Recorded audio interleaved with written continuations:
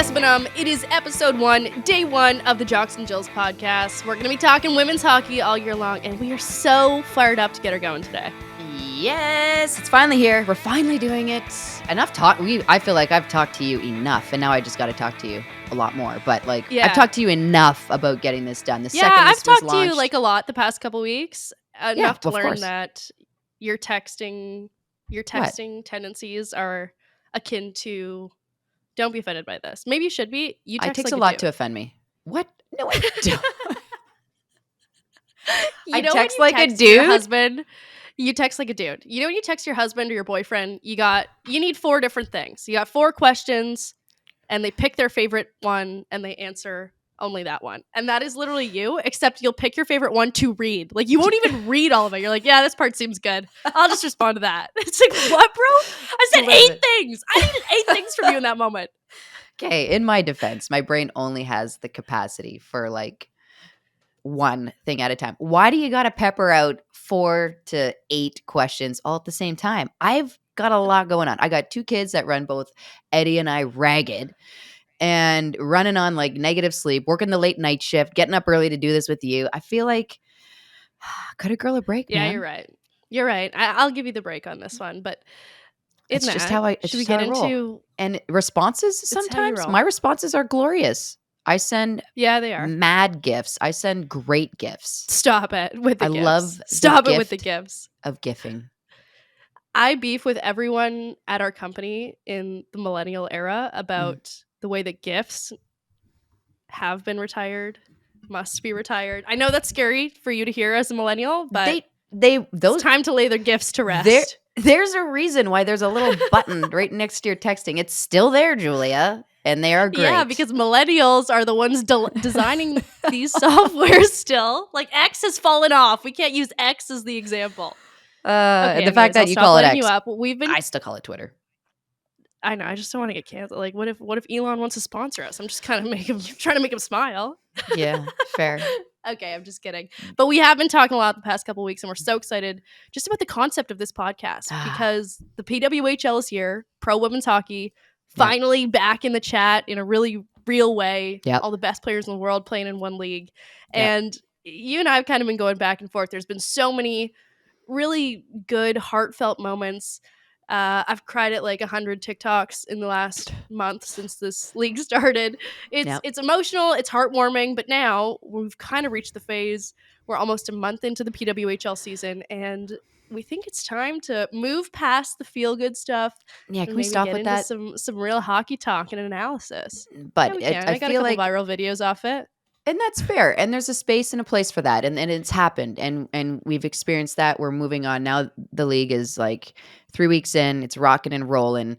Teams are getting going. The standings are working themselves out. I feel like now is time to actually, do the league diligence. The players, give them the respect they deserve. And that's just giving it honest analysis. And that's where, from my experience playing, I remember having a bad game. I think it was at the 2013 Worlds in Ottawa, and I didn't have the greatest game. And I remember I got requested for an interview, and I was walking out thinking oh man, here we go. Gotta, face the noise. And I was just asked those fluff questions about what's it like donning a Canadian jersey in front of a home crowd? And, what was your favorite part? And it was man, yes, those questions are important, and I've answered them 9 million times. Go get them out of the quote book. But I was no one really cares. I feel did anybody really watch and notice how bad I played? And so I felt if this league is going to be truly professional, then it needs to be given honest analysis. And if there needs to be criticisms, if there needs to be a breakdown of a certain play where maybe, some players probably not going to be happy that we're doing it, best to come from us, because we know a lot of them. We love the people that play and run this league, and we're not going to be ripping or ragging on anybody, but it's just going to be honest analysis. It's when you throw a pizza up the middle, you get to the bench and the coach taps you on the back and you're like, listen, I know. And that's it. Right? Yeah. But 100%. Yeah. So that's what we're going to do here. We're going to give it credit where credit's due. And, because when you finally get a little bit of criticism and stuff like that, I feel that's when you know you made it, because people care. Yeah. you don't make it until you got people talking about Yeah. you in every which way. So what we're gonna do for these girls. We're gonna have some awesome Absolutely. interviews. And like, We'll have look, some laughs, lots of fun. yeah, we thought so hard about this. We came up with a wicked name. Jocks in Jills. We're just two Jocks in jocks wearing Jills. Jills. Are you wearing your Jill? Have you bought into the brand, Julia? Well, I guess, are you wearing pants? I am wearing pants today on this Okay. fine day, which is You're acting impressive like- since we're both at home right now. Yeah, I was gonna say you're acting like that's new. Are you wearing your Jill? Well, Did you buy in? like we're working from home. Did you buy in? You No? think I'm wearing a Jill right now, sitting in my kitchen?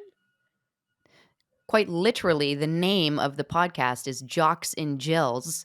In Jills. So should we be wearing our Jills every single pod? Okay, I'm into bought this into idea. the product. Dude, nice. Okay, nice. I can't really. Oh my gosh, Tessa, that looks bizarre, dude. That is not a Jill. What are you What saying? is that? This is It's a like Jill. a girdle. Looks like something It's they not a sell on the black market, bro. Buddy, do you know what a girdle is? It's not a girdle. This is not a girdle. This is a Jill. It just looks scary. Okay, and what is that doing for you? How is that holding your socks up? Like, tell me all about it. Where'd you get that Julia, from? This is a Jill. This part protects. Yeah, I pubic know. bone. Mine has little shorts, Oh my and gosh. the Jill's just in there, and then You're it of has that Velcro, gen, and that's huh? how I stick my little socks on. And you had Yes, a I am. rolly I'm bag proud of too? it. Yeah, you got a No, I wheelie didn't bag. have a rolly bag. And I the did pink not have helmet. a rolly bag. Rolly Did not bag, ever- pink I did not helmet. have a pink helmet. GoPro. No rolly bag, no pink helmet. And you know what? I asked for both those things, and my dad shut me down. I wanted one of those, those grit tower bags that had all the compartments in them. Like backpacks? You know what I'm talking about? Dora's Yeah, backpack? I wanted one of those so bad. Stop. My dad told me to just get wrecked. He's like, here's your Good. Sherwood bag, you little twerp. Yeah, Like, way no to go, chance. Dad. Pink helmets weren't really What's your around dad's when I name again? was little either. Paul. Legend. Shout out Paul. Paul. Shout out to you, Paul. Anyways, you Yeah. need to get, and also the socks get held up by what is called a garter belt. Or Velcro if you live in the 2020s. Okay. like, what do you need? Pantyhose under there, dude? And this isn't My even bad. grandfather wore I wore this suspenders. for a lot of my career. This is a nice looking one. I even went to the It length to doesn't take look care beat of up. I actually have to tell you that. Like, mine actually looks maybe more beat up than yours, even though it is more modern and like I've had it since I was 12. It's more beat up than yours. And so there are props to you some on that. gnarly Jocks and Jill wearers out there. Sidney Crosby? Yeah. Woof. Ew. Like, I could go my whole life without knowing that information. You didn't No, know it's that? He very still on wears brand like for the him. same jock from when he was like Yeah, 13 I know. or something. And I doubt it's McDavid been washed. with those crazy little those socks with all the holes in them. But I can't even show up because I'm the same way. When I go to beer league on Sundays, I'm wearing the same Jill from when I was 12. That's fair. That's fair. Yeah. It's just missing the $1 million contract. Oh yeah, that's to come, I'm sure. Yeah. All right, let's get this thing rocking and rolling. All right, we're going to fly around here. Since we're a couple weeks into the league now, we thought first episode would be appropriate, kind of swing around to every PWHL city and check in on how they're doing so far. And since we're both based out of Toronto, Tess, we spend a lot of time talking about Toronto teams. Let's start with PWHL Toronto. They've got so much skill. They've got all of Team Canada kind of on the bench and upstairs. They've got lots of Team Canada up front too and on the back end, but just haven't been able to put it together so far. Yeah, this team, man, to put it into perspective, good teams sometimes have hard moments throughout a season, and it's better when it comes at the beginning of the season than it does at the end. So I will say that for Toronto. Much like Edmonton had a rough start to the season, I feel like Toronto is following suit a little bit because to have Blair Turnbull, Sarah Nurse, Emma Malte, Natalie Spooner, Renata Fast, Jocelyn LaRock. I mean, you're rhyming those names off. Immediately, you're like, oh, this team's money in the bank. Unfortunately, it's been, zeros for Turnbull in terms of points. Nursey's been contributing, but not the way you expect Nursey to be contributing. Kid's phenomenally skilled, and she's got a knack around the net. Spooner, she's been contributing the way you expected Spooner to contribute. She's also been very physical, which I love. Malte, too, extremely physical.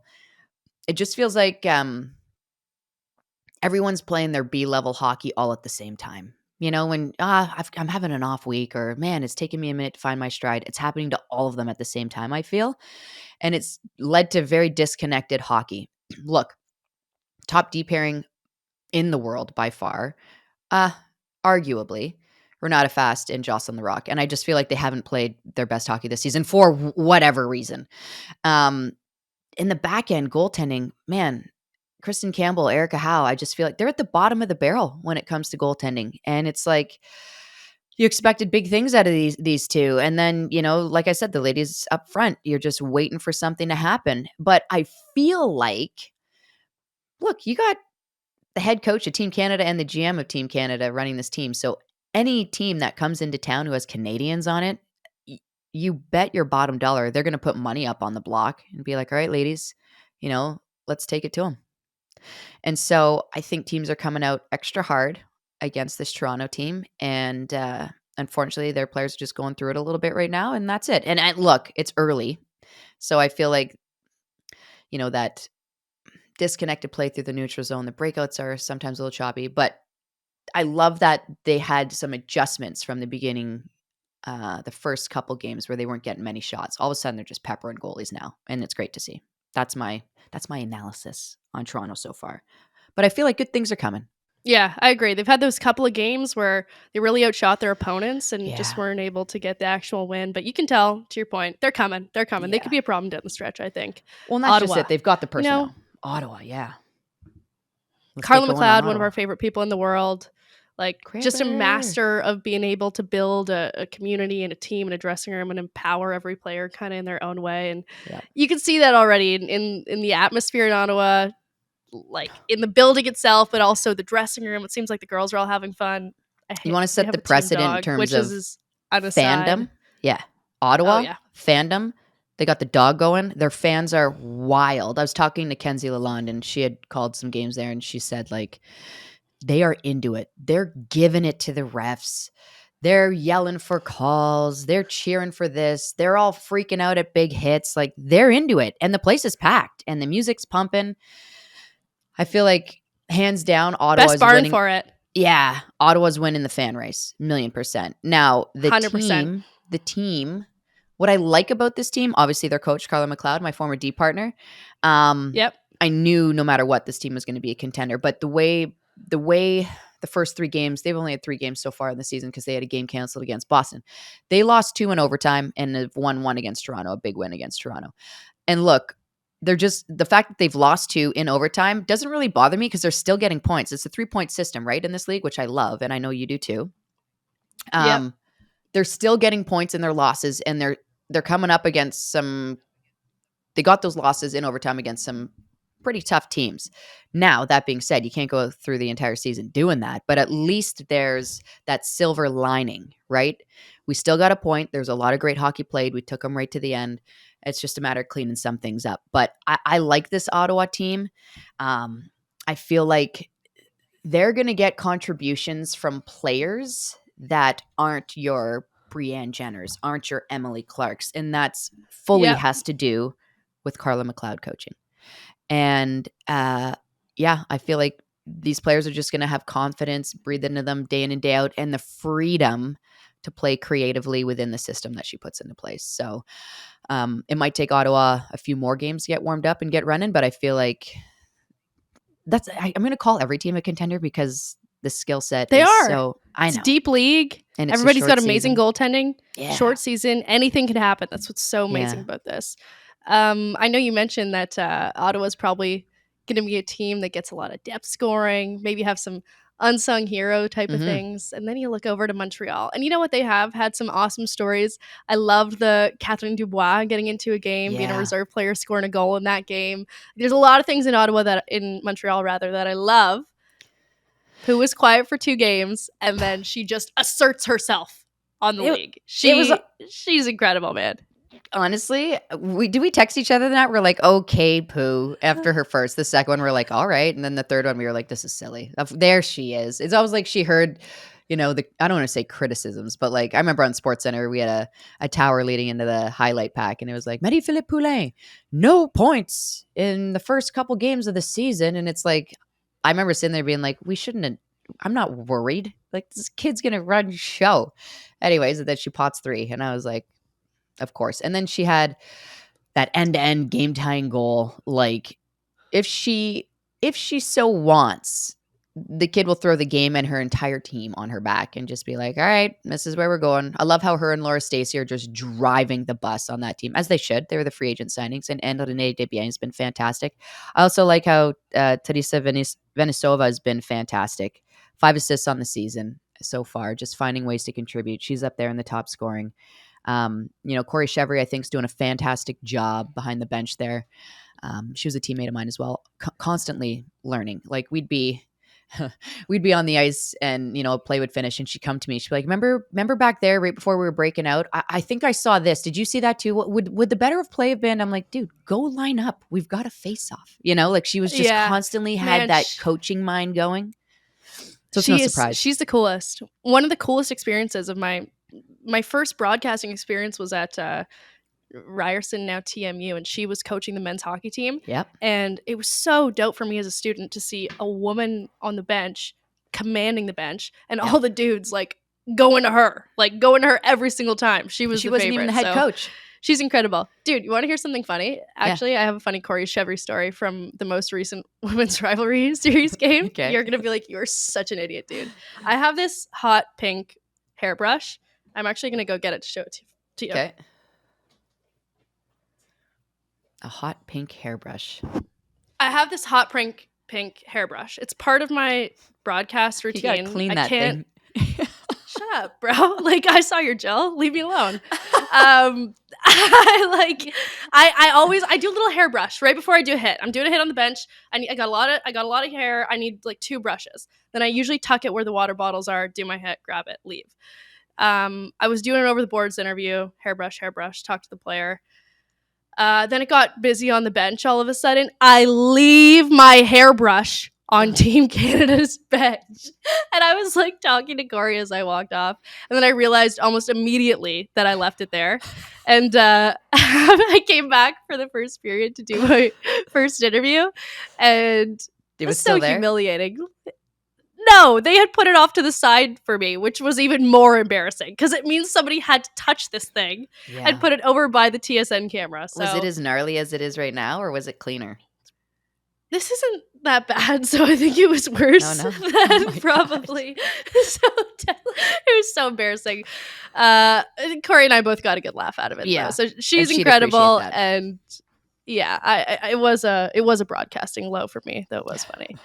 Anyways, we're talking about MPP. People maybe being a little worried about her through a couple games with no points. She got it right back on the rails. Yeah. When you look at Boston, they're rolling right now. They're getting major contributions. That Mueller-Gable connection is insane. It's so silly. And I'm glad it's happening because, Lauren Gable's been itching for another coming out party, if you will, because she had a chance with the Canadian national team back in 2019. Things didn't necessarily go her way. That tournament, Canada got bronze.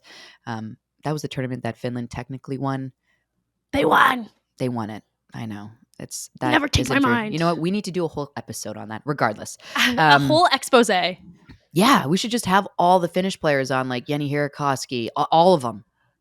Nora Ratu, just talking through it, and the Americans. Anyways, and I feel like Lauren Gable's just been dying to get back in front of all of the Canadian coaches and just be like, make her undeniable to be on that roster, and so far she's been doing it, and it's so cool that it's with Alina Mueller. Like, dude, she got 2 love her Toronto. as a player. Like, she's so great as a person too. So it's wicked to see.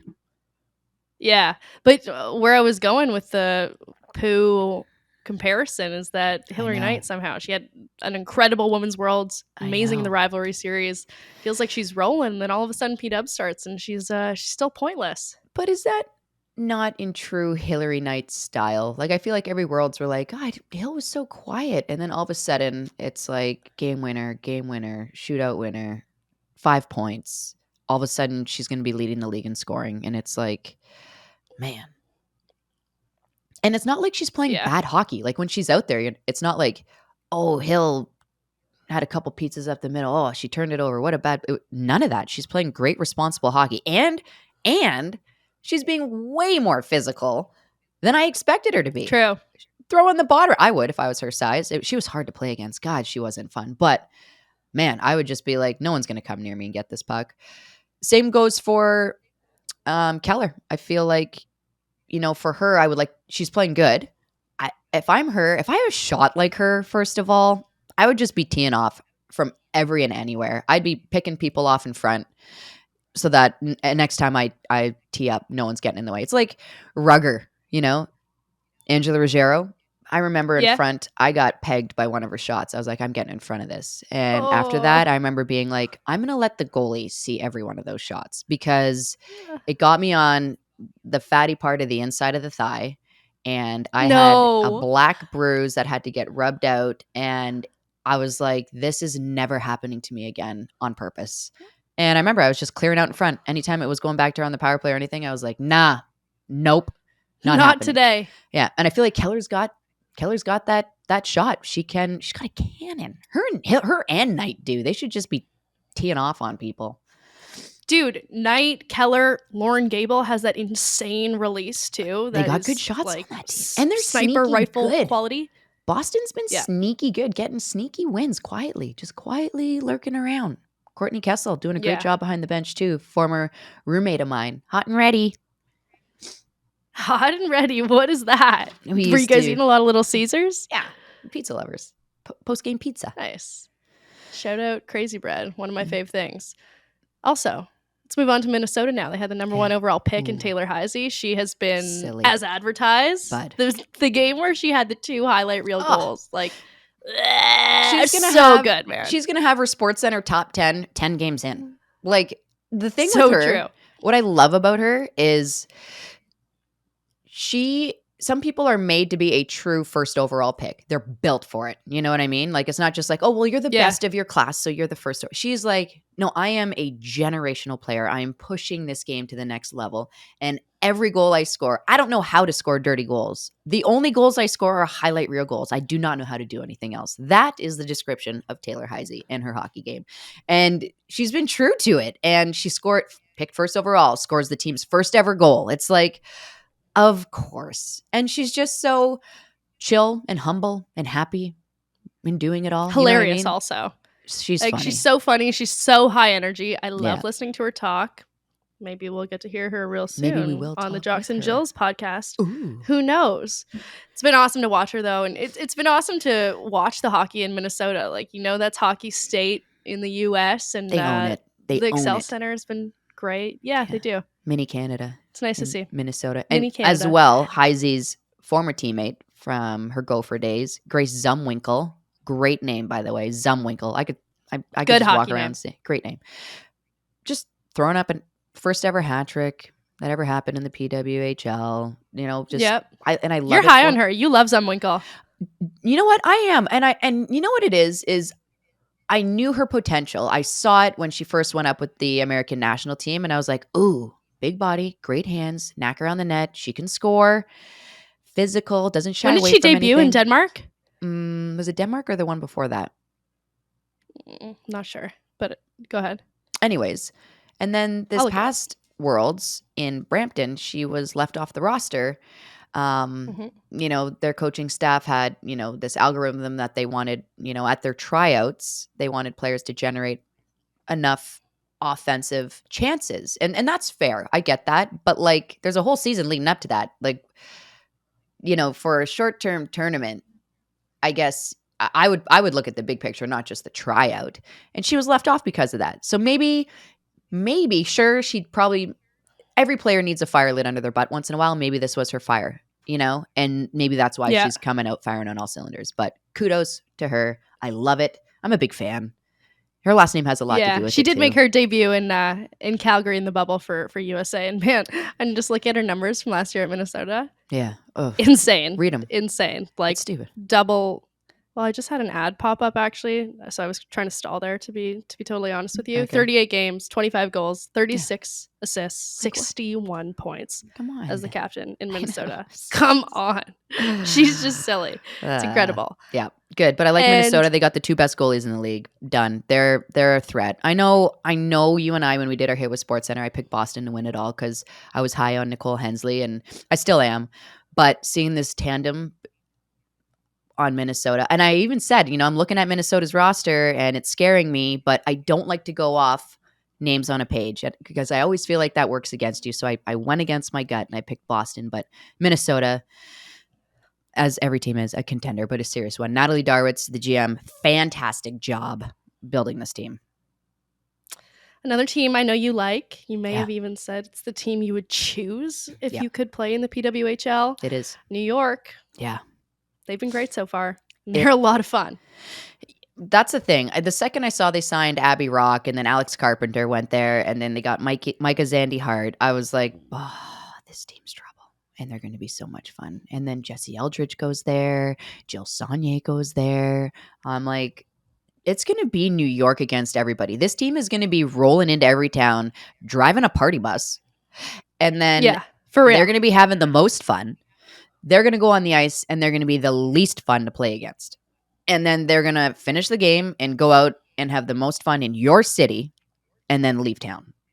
And it's like, sign me up. I'm all for it. I want that. But I feel like with Roque leading the charge in terms of, the chirp brigade, if you will, she went at it with Pooh. Do you remember that? She was going after. We gotta ask her about that. They 100%. Went after each other. That was crazy off the draw. I was fired up about it. I almost fell out of my chair. I was like, what's happening?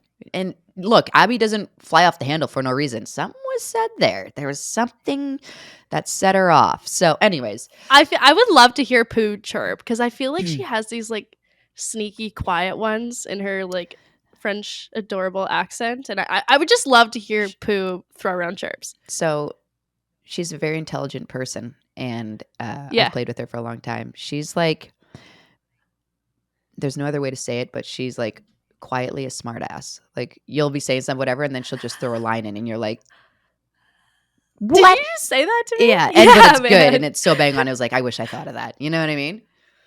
100%. And it's even better because she's kind of soft spoken, the French accent. And she's so nice. 100% more hilarious. She's so nice. Yeah.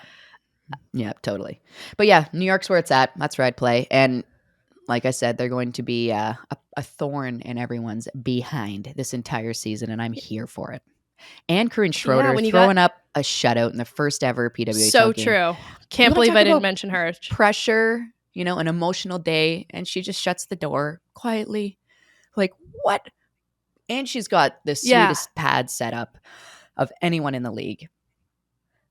Like, dude, we were barely keeping it together that day. We were broadcasting, and this is dumb. Like, I felt for the girls that day. It was a really emotionally charged day. It was in Toronto, and she was incredible. Lights out. And albeit it wasn't Toronto's best game, but still, that's not taking away from her shutout at all. She did the work and didn't let one by her. So, they're going to be another team to have an eye on. I think it's going to come down to is who can figure out how to play free and within their systems the fastest and have a goalie stay hot and healthy. Yeah, true. Playing free is what I would say that they have going on in New York right now. And you got Abby Roque in the room. She's so good, but she's also so loose. She doesn't take things too seriously. At all. She is, Tessa, our very first interview on the Jocks and Jills podcast. And our interviews all season long are going to be brought to you by Nobis. We really appreciate the people at Nobis. We love their jackets. Thank you so much for being the first sponsor to hop on and sponsor all of our interviews this year. And because of them, it is our first ever interview on the Jocks and Jills pod. Here's Abby Roque, ladies and gentlemen.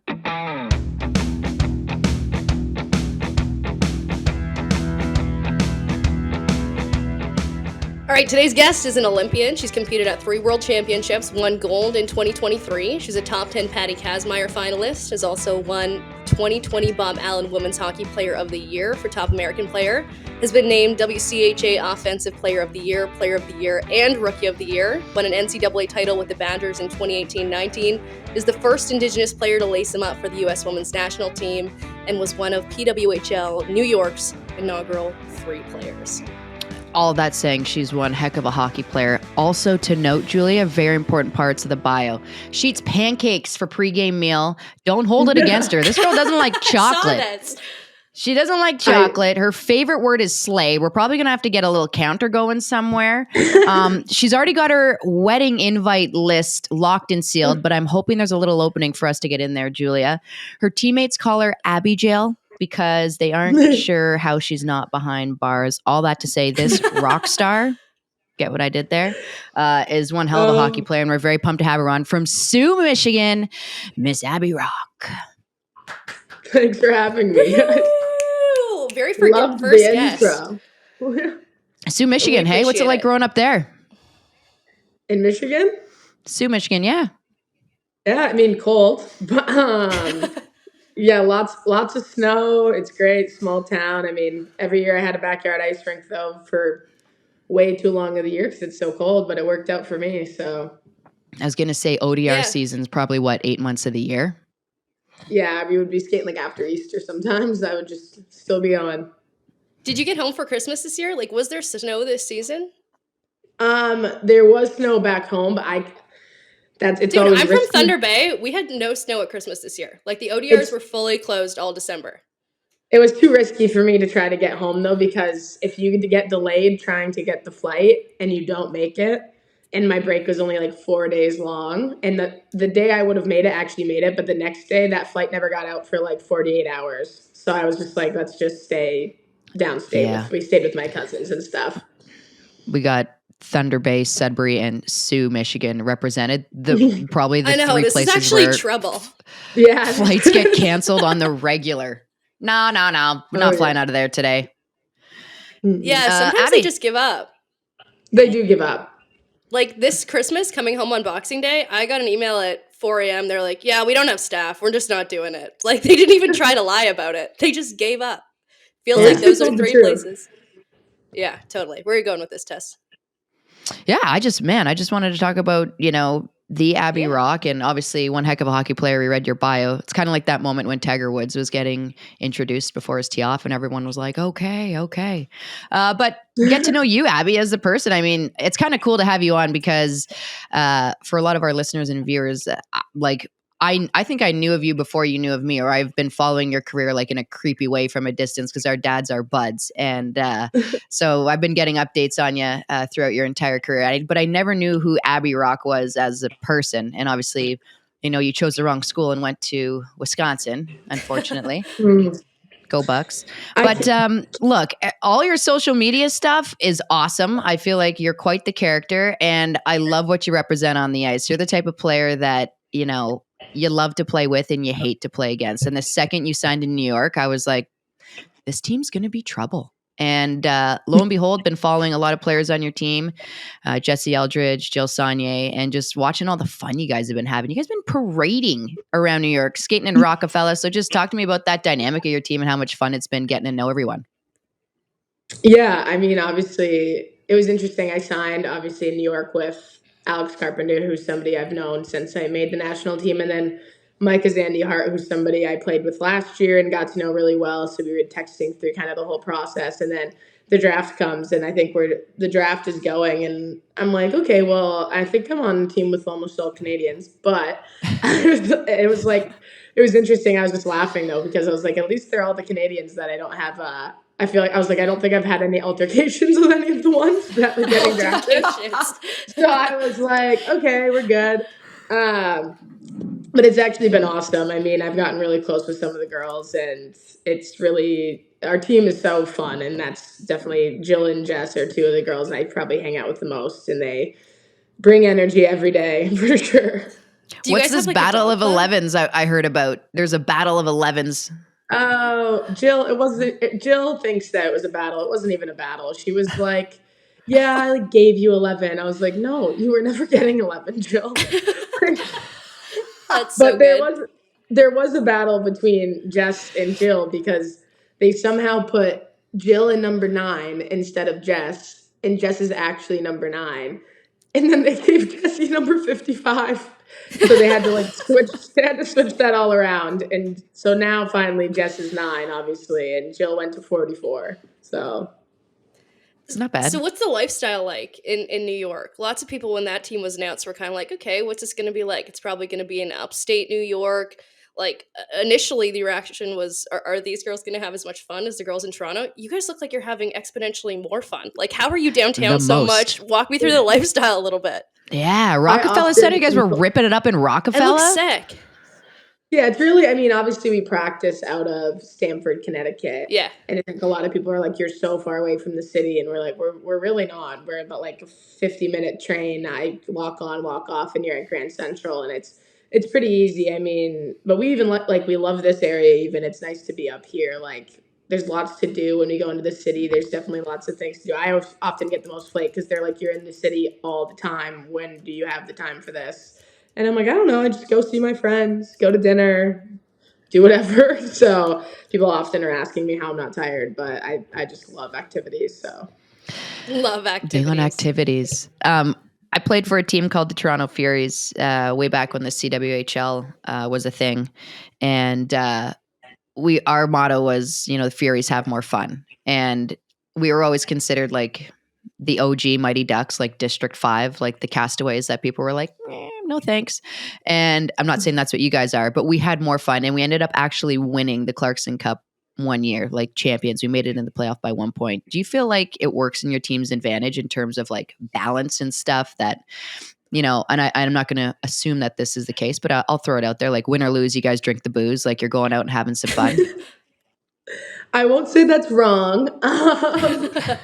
I think after most games, there's a consensus that it's okay to go have some fun. Like nobody's going to be like, absolutely not. We played bad. Don't have any fun. Go sit in your room and stew over it. We're more like, all right, tough game. We lost. We did our best. Anybody want to go meet for some wine or whatever else we're going to do? I think that's it's a great thing to have. I think I'm so about like, get your mind off of hockey. If you're thinking about hockey all the time, you're probably not going to be in a very good mental headspace. So for me, it's like get away from it the second you don't need to be thinking about it and just relax. Okay, actually, that leads us to an interesting point because Tess and I were talking the other day. What is rookie protocol in the PWHL? Yes. Because you guys are all rookies. Like, how are you going to have a rookie party? Who's going to pay for it?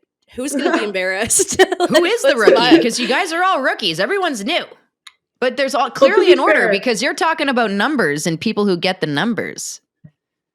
Well, Jill and me, we talked about this before. So I was like, we were joking around last year, even during PW when I first started to become friends with Jill about our numbers. So I was like, but I beat her to it there by signing. So I was like, yes, right, I beat you. But so no, I mean, that's the thing is like we're all technically rookies. So it's funny though, because every goal, there's a first goal puck.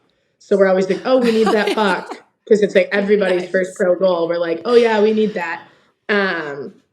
But no, we've tried to get money on the board going. I think Carp threw in for team parties and stuff and I'm pretty sure Carp threw in $200 for a win on the first day. So people were like, yeah, let's go in a couple bucks. And she was like 200. Everybody was like, okay, Carp. Yeah. Carp's got the money.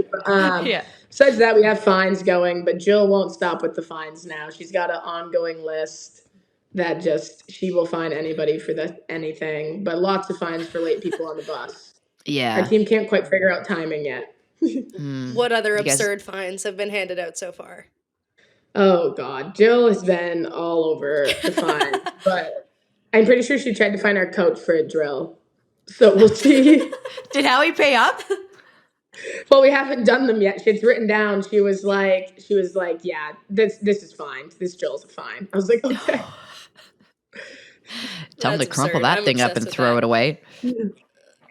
Yeah. So, Abby, you spent the last 3 years in Minnesota before you signed with New York. What ultimately led you to signing with the New York team?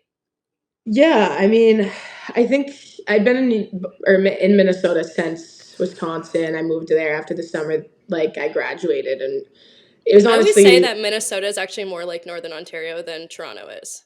Minnesota is it's so much more like home. It is very I would agree. It's just honestly, it's freezing. First of all, I really don't like the cold. Though I grew up in Michigan, I really hate the cold. So that was tough. But it was honestly, with the state of hockey at the time, women's hockey, it was kind of the best place for me to go during COVID. I knew they had tons of girls from my U.S. roster and other girls I play with that I knew I could train with easily. So I was like, okay, I'm just going to go do this. Went there. I think I thought it was going to be like a year because I kept thinking like the league was going to start up and then it would be like another year and another year, which it was fine because at least I had a great training set up with everybody. But that was basically why I did it. So when we kind of had the chance to like move, I wanted to change of pace, I think, just from the city and stuff. So I did like the idea of coming out to the East Coast, and I have a lot of like family and friends who live around this area in the city, and I think I was excited to get a little change of life for me. Were you kind of like, man, I could be buddies with Henrik Lundqvist? Did that play a little part? Did it? If he wants to be my friend, that would be absolutely what does it. So is he part of like the wedding? Okay, walk me through. Oh. Open up the note. Like, walk us through the wedding plan. This makes me laugh so hard. Like, did one of your friends get married and it just inspired you? You had to make sure you got all your ideas out. I don't know why exactly. This note has been on my phone now for so many years. And it's been like it's constantly updated. So Right. it's You like cut has people? like categories. Like you're cut. Oh yeah, has anyone been cut? It literally has like a category. I'm not gonna lie. It says like bubble players, but and and then there's like it's just like basically like it has like all the people who would be like my bridesmaids, and then it goes to like my family, and then it has like people as like from high school, and it has like the USA hockey friends, the Wisconsin friends, and there's just like a list, and it's always turning. We were talking about it on the bus somehow, and all the girls were like, well, are we on it? And it was like the first road trip, and I was like, I don't know. Are you buying drinks tonight? Like, yeah, I was like, I met you 2 weeks ago, but is everybody constantly just trying to make their way onto your wedding list? I mean, we're trying. I'm not gonna lie. We're actively campaigning right now. I did have a good friend. I mean, to be fair, my list is insanely long, so I'm pretty sure everybody under the sun is about to be so we're invited. bubble. But I just I love to be friends with everybody, clearly. But one of my friends who I like know her pretty well, but she's good friends with Jamie Bourbonnais after the Bar Down video texts Jamie and goes, can you ask Abby if I can just be like a reserve on the list because I really want to go to the party? And I was like, I'll throw you on there. But you're for sure getting some wedding crashers. You know, people are just going to show up that were the bubble players. They're going to be like, I'm finding out where this thing is. I wouldn't even be mad. I would say, come on, it's a party. Like open bar. That's awesome. Fair enough. But speaking of being friends with everyone, Abby, I know you and Sarah Nurse have a really close relationship, and it's like actually one of my favorites in women's hockey. Is she on the list? I feel like she's on the list. She's a bridesmaid. Right. Well, you need her. She's your stylist too, right? She is my stylist. She loves it's funny, we have two groups. I have one group chat with her and Savannah Harmon, actually, which is so funny that it's us three. And I'll send in my outfits when I don't know, and they'll vote. And they'll be like so ruthless. Like they'll both be like, take that off right now. I'm like, okay, sorry.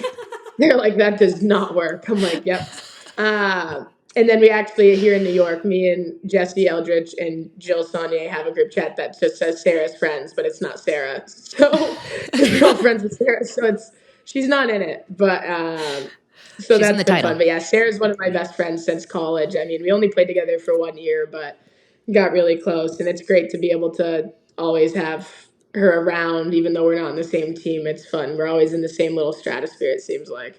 That Badger love. Look, I got to talk about this because, like you say, you love to be friends with everybody. But like, Abby Roque, the hockey player, is like, you're a shit disturber, and I love it. I love that, and you get into it with anybody and everybody. Like, you don't even care. It's just, I feel like what's right is right and what's wrong is wrong, and that's how you play the game. And if someone, let's say, pokes the bear, well, you're going to smack them right back. And there was a moment where Julia and I were watching the game, and we immediately texted each other, I almost want to say simultaneously, where we were like, whoa. And it's off the draw between you and Pooh.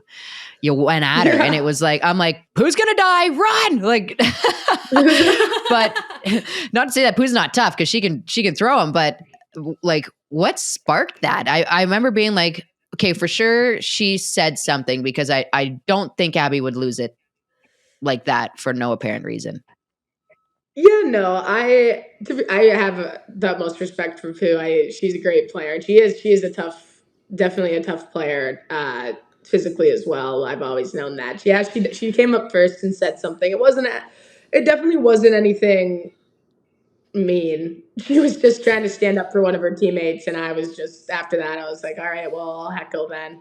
And then right off the draw, she kind of came in.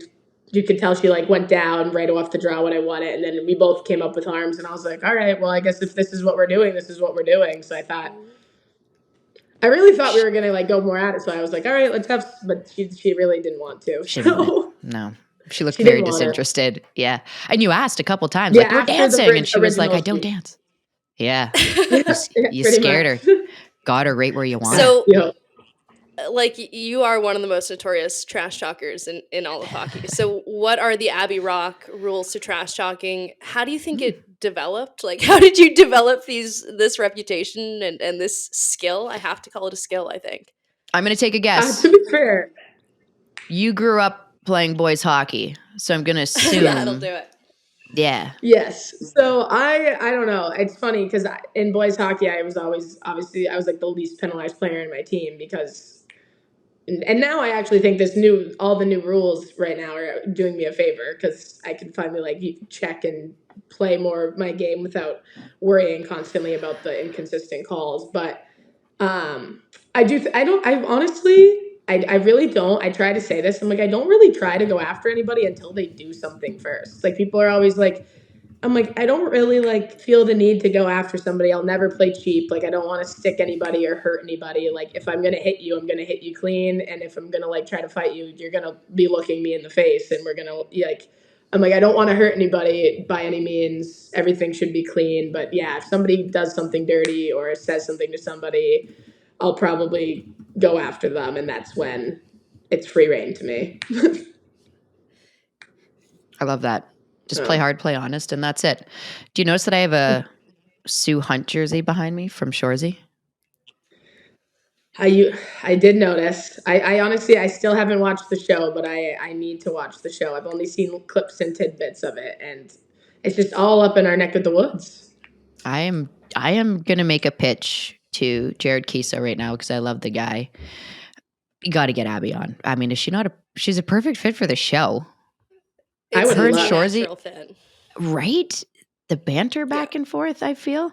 Abby, I kind of wanted to give you a little chance to throw some teammates under the bus a little bit, but in a fun way, obviously, because we want to get to know you ladies a little bit better and a little bit what you're up to. And I know you said you guys like to have some fun and go out and explore New York for what it's worth in terms of beverages and eating and whatnot. So who on the team every team's got it. Who on the team's the party planner? Who's the one that's like, all right, we're hitting this place and we're going here and this is what we're doing. And they've got all the connects. And if it's you, it's you. That's fine too. That's the thing. I feel like it is I'm definitely not. I'm not. I wouldn't say I'm the planner. I would say I'm more of the ringleader. Like, so I think Jill Saunier is usually the planner because she finds a way to make friends with everybody. She was like, I met this person at the park and they owned the bar here and they said we could rent it out. I'm like, how do you have these connections? But okay.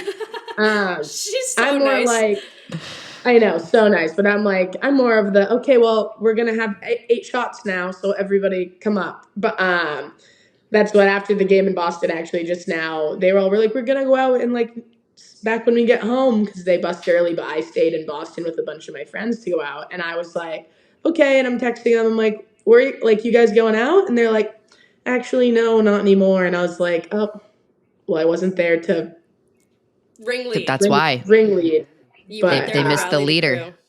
Exactly. They may have had a plan, but no one to drag the cats around. Mm-hmm. And Jill was also down and out. Poor girl had the bout of the flu.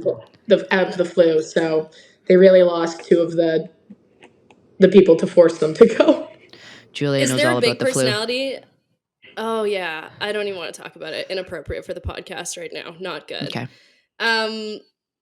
Who on your team that you've gotten close with in the past month or so? Is there any underrated big personalities on New York that we might not expect? I mean, obviously, I've spoken of some who I think do have big personalities, but I actually think people underestimate Jamie Bourbonnais. I think is like so funny and so very like she is like very outgoing and like loud when she wants to be. She really surprises me some days with what comes out of her mouth. And I sit right by her in the locker room and she makes me laugh all day. It's so funny. Who's the team mom?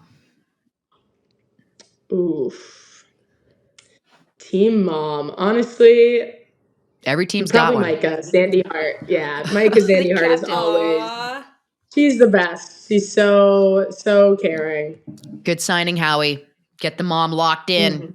right? Yeah. Who's You the do drill need a team breaker? mom.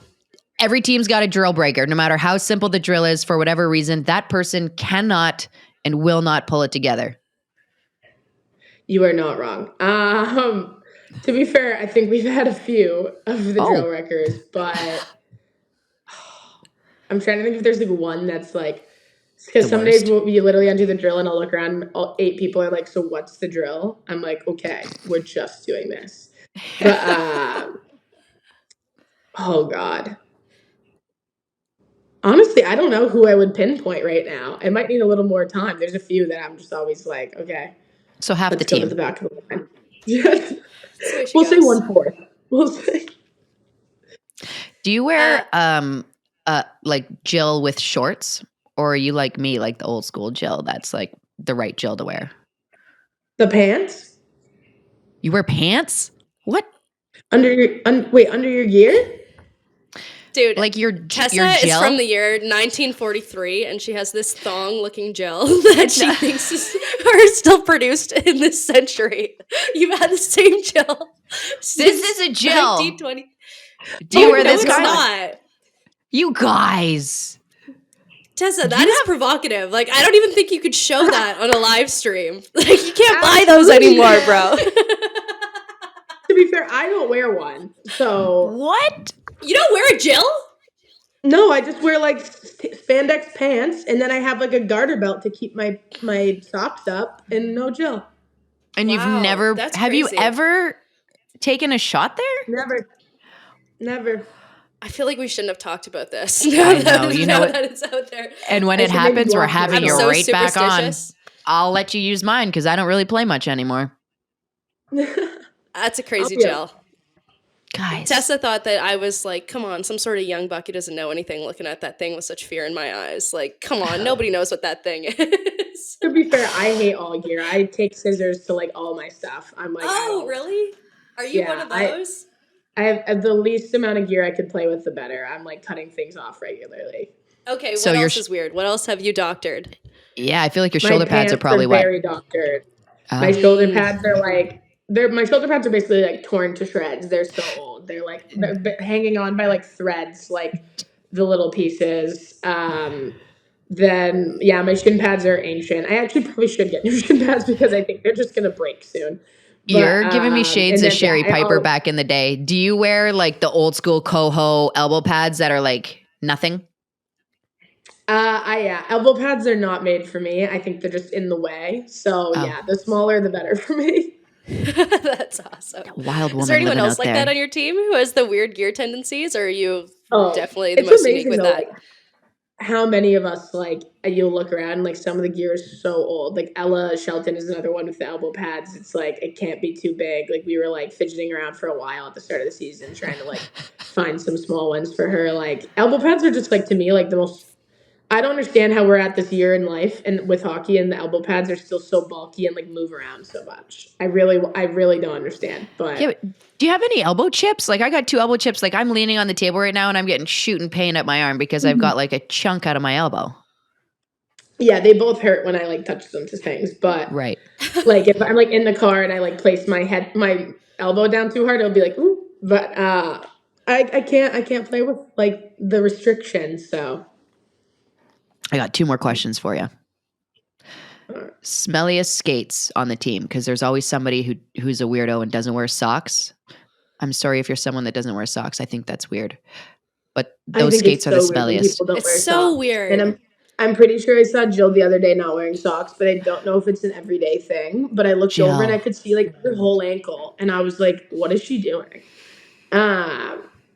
So honestly, I'm just gonna sue her because I couldn't believe that I could see like this much of her ankle outside of her like while she was in gear. I was like, that just doesn't seem right. And terrifying. Completely inappropriate. Put your ankles away, Jill. Come on. Yeah, exactly.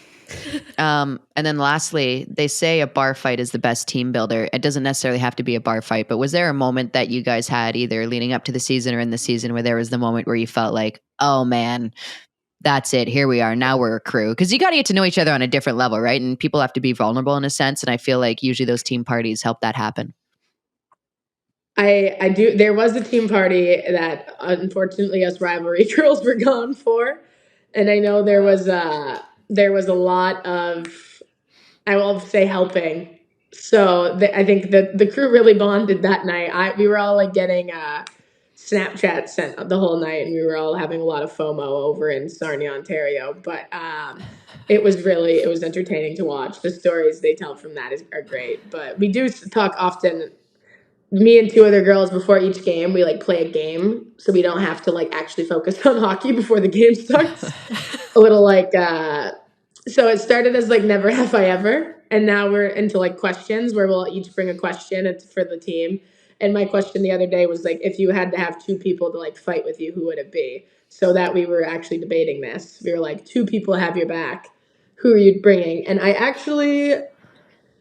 I think I said Joanna Fallman, and I was going to say not Jill, and then I realized that when Jill's seeing like red on the ice, it's like really scary. So I was like, honestly, maybe Jill. When she gets angry, it's like a lot. But we were like going around the room deciding that. So it was a pretty entertaining. Like just before warm up, was just in the locker room before the game. This is what we're talking. That's awesome. Just out of curiosity, because you mentioned it. I know who mine would be. Who would it be? Courtney Burchard, 100%. Nice. Coach for Boston. Oh. She was my roommate and deep partner. She threw it down with the Lamoureux twins with me one year. Yeah. And do you remember that? Were you watching it?